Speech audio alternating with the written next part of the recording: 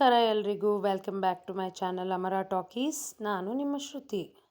ಇವತ್ತು ಒಂದು ಸಿಂಪಲ್ ಹಾಗೂ ಹೆಲ್ತಿ ಆಗಿರೋವಂಥ ಒಂದು ಡ್ರಿಂಕ್ನ ಮಾಡ್ಕೊಳ್ಳೋಣ. ಕೊಬ್ಬರಿ ಗಸಗಸೆ ಹಾಲು.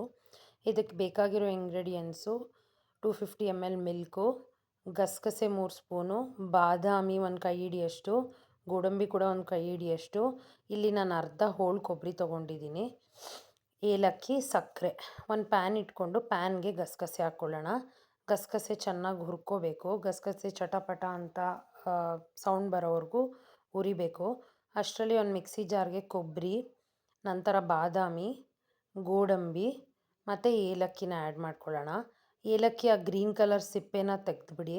ಬಿಕಾಸ್ ಏಲಕ್ಕಿಗೆ ತುಂಬ ಪೆಸ್ಟಿಸೈಡ್ಸ್ ಹೊಡಿತಾರೆ, ತುಂಬ ಕೀಟನಾಶಕಗಳನ್ನ ಹೊಡೆದಿರೋದ್ರಿಂದ ಏಲಕ್ಕಿ ಆ ಸಿಪ್ಪೆನ ಯಾವುದೇ ಕಾರಣಕ್ಕೂ ಸೇವಿಸಬಾರ್ದು. ಒಳಗಡೆ ಇರೋವಂಥ ಆ ಕಪ್ಪು ಬೀಜನ ಮಾತ್ರ ಸೇವಿಸ್ಬೇಕು. ಗಸಗಸೆನ ಚೆನ್ನಾಗಿ ಹುರಿದ್ಕೊಂಡು ಅದನ್ನು ಕೂಡ ಮಿಕ್ಸಿ ಜಾರ್ಗೆ ಆ್ಯಡ್ ಮಾಡ್ಕೊಳ್ಳೋಣ. ಮಿಕ್ಸಿನ ಫಸ್ಟ್ ಹಾಗೆ ರನ್ ಮಾಡಿ, ನೀರನ್ನ ಸೇರಿಸ್ಕೋಬೇಡಿ. ಹಾಗೆ ರನ್ ಮಾಡಿ ಆ ಕೊಬ್ಬರಿ ಗಸಗಸೆ ಅದೆಲ್ಲ ಒಂದು ಪೌಡರ್ ಆಗಲಿ. ಅದಾದಮೇಲೆ ನೀರನ್ನ ಸೇರಿಸ್ಕೊಂಡು ಚೆನ್ನಾಗಿ ಪೇಸ್ಟ್ ಥರ ರುಬ್ಕೊಳ್ಳಿ. ಅದನ್ನು ಚೆನ್ನಾಗಿ ರುಬ್ಕೊಂಡಿರೋವಂಥ ಪೇಸ್ಟ್ನ ಒಂದು ಫಿಲ್ಟ್ರಿಗೆ ಹಾಕ್ಕೊಂಡು ಫಿಲ್ಟ್ರ್ ಮಾಡ್ಕೋಬೇಕು. ಆ ಕೊಬ್ಬರಿ ಗಸಗಸೆ ಹಾಲು ಅದರಲ್ಲಿ ಫಿಲ್ಟ್ರ್ ಆಗಬೇಕು. ಆ ಫಿಲ್ಟ್ರ್ ಆಗೋಕ್ಕೆ ಚೆನ್ನಾಗಿ ಹಿಂಡಿ ಹಾಲನ್ನ ತಕ್ಕೋಬೇಕು ನೀವು. ಇದನ್ನು ಆ್ಯಕ್ಚುಲಿ ಹಳೆ ಕಾಲದಲ್ಲಿ ಒಳ್ಕಲ್ಲಲ್ಲಿ ರುಬ್ಬಿ ಈ ಥರ ಹಾಲು ತಕ್ಕೊಂಡು ಈ ಹಾಲನ್ನ ಮಾಡೋರು. ಎದೆ ನೋವಿಗೆ, ಅಲ್ಸರ್ಗೆ ಅಂದರೆ ಬಾಯಲ್ಲಿ ಹುಣ್ಣಾಗೋದು, ಹೊಟ್ಟೆಯಲ್ಲಿ ಹುಣ್ಣಾಗೋದು, ತುಂಬ ಹೀಟು, ಈ ಥರ ಹೊಲದಲ್ಲೆಲ್ಲ ಕೆಲಸ ಮಾಡೋರು ಅವಾಗ ತುಂಬ ಹೀಟಾಗಿ ಪ್ರಾಬ್ಲಮ್ ಆಗ್ತಾ ಇದ್ದಿದ್ದಕ್ಕೆ ಇದನ್ನು ಕೊಡೋರು. ಬೋನ್ ಹೆಲ್ತ್ಗೆ ತುಂಬ ಒಳ್ಳೆಯದಿದು. ಕೊಬ್ಬರಿ ಇದೆಯಲ್ಲ, ಕೊಬ್ಬರಿ ಬೋನ್ ಹೆಲ್ತ್ಗೆ ತುಂಬ ಒಳ್ಳೆಯದು. ಕೊಬ್ಬರಿಲಿ ಕಾಪರ್ ಮತ್ತು ಮ್ಯಾಂಗನೀಸ್ ಎಲ್ಲ ಇರೋದ್ರಿಂದ ತುಂಬ ಸ್ಟ್ರೆಂತ್ ಬರುತ್ತೆ ಅಂತ ಕೊಡೋರು.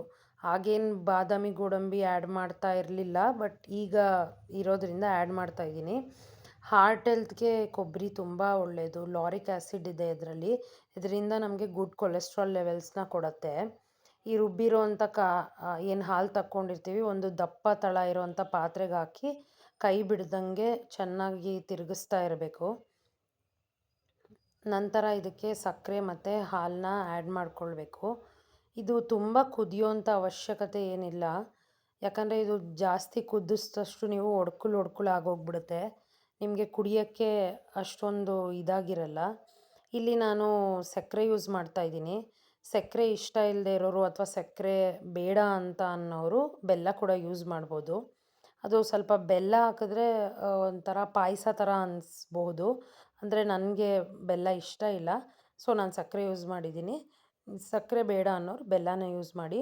ಇಲ್ಲಿ ನಾನು ಆಲ್ಮೋಸ್ಟ್ 200 ಗ್ರಾಮ್ ಶುಗರ್ ತೊಗೊಂಡಿದ್ದೆ, ಬಟ್ ನಾನು ಫುಲ್ಲು ಹಾಕ್ಕೊಳ್ಳಿಲ್ಲ. ನನಗೆ ಸಕ್ಕರೆ ಜಾಸ್ತಿ ಆಗ್ಬೋದು ಅನಿಸ್ತು. ನಾನಿಲ್ಲಿ 150 ಗ್ರಾಮ್ ಶುಗರ್ ಆ್ಯಡ್ ಮಾಡಿದ್ದೀನಿ. ನೀವು ಟೇಸ್ಟ್ ಮಾಡಿ ಕೂಡ ನಿಮಗೆ ಇನ್ನೂ ಸ್ವೀಟ್ ಬೇಕಂದರೆ ಇದು ಮಾಡ್ಕೊಳ್ಬೋದು, ಆ್ಯಡ್ ಮಾಡ್ಕೊಬೋದು. ನೆಕ್ಸ್ಟು ನಾನು ಹಾಲು ಹಾಕ್ತಾಯಿದ್ದೀನಿ. ಹಾಲು ಹಾಕಿದ ನಂತರ ಚೆನ್ನಾಗಿ ತಿರುಗಿಸ್ಬಿಟ್ಟು ಒಂದು ಸಣ್ಣ ಕುದಿ ಬಂದರೆ ಸಾಕು. ಇನ್ನೇನು ಕುದಿ ಸ್ಟಾರ್ಟ್ ಆಯಿತು, ಬಬಲ್ ಸ್ಟಾರ್ಟ್ ಆದರೆ ಸಾಕು, ನಾವು ಆಫ್ ಮಾಡ್ಕೊಂಡು ಸರ್ವ್ ಮಾಡ್ಬೋದು. ಇದು ತುಂಬ ಓಲ್ಡ್ ರೆಸಿಪಿ ಇದು. ಹಳೆ ಕಾಲದಲ್ಲೆಲ್ಲ ಈ ಹಾಲನ್ನ ತುಂಬ ಮಾಡೋರು. ಈಗಿನ ಥರ ಬೋರ್ಮಿಟಾ, ಬೂಸ್ಟು ಇದೆಲ್ಲ ಏನೂ ಇರಲಿಲ್ಲ. ಇದೇ ಅವಾಗೆಲ್ಲ ಪೌಷ್ಟಿಕ ಆಹಾರ ಅಂದರೆ ಪೌಷ್ಟಿಕ ಡ್ರಿಂಕ್ ಅಂದರೆ ಹೆಲ್ದಿ ಡ್ರಿಂಕ್ ಅಂದರೆ ಇದೇ ಅವಾಗೆಲ್ಲ.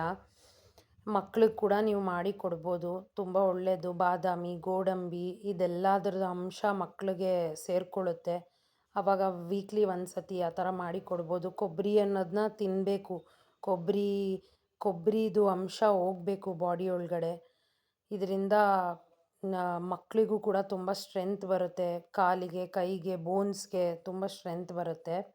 ಇದರ ಮೇಲೆ ಬಾದಾಮನ್ನ ಗಾರ್ನಿಷ್ ಮಾಡಿಕೊಂಡು ಸರ್ವ್ ಮಾಡೋಕ್ಕೆ ರೆಡಿಯಾಗಿರುತ್ತೆ. ತುಂಬ ಚೆನ್ನಾಗಿದೆ. ಈ ರೆಸಿಪಿ ಟ್ರೈ ಮಾಡಿ ನನಗೆ ಕಮೆಂಟ್ ಮಾಡಿ ಹೇಗಿತ್ತು ರೆಸಿಪಿ ಅಂತ.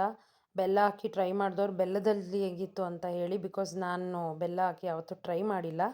ಸೊ ನೀವು ಟ್ರೈ ಮಾಡಿ ಹೇಳಿ ಹೇಗಿತ್ತು ಅಂತ.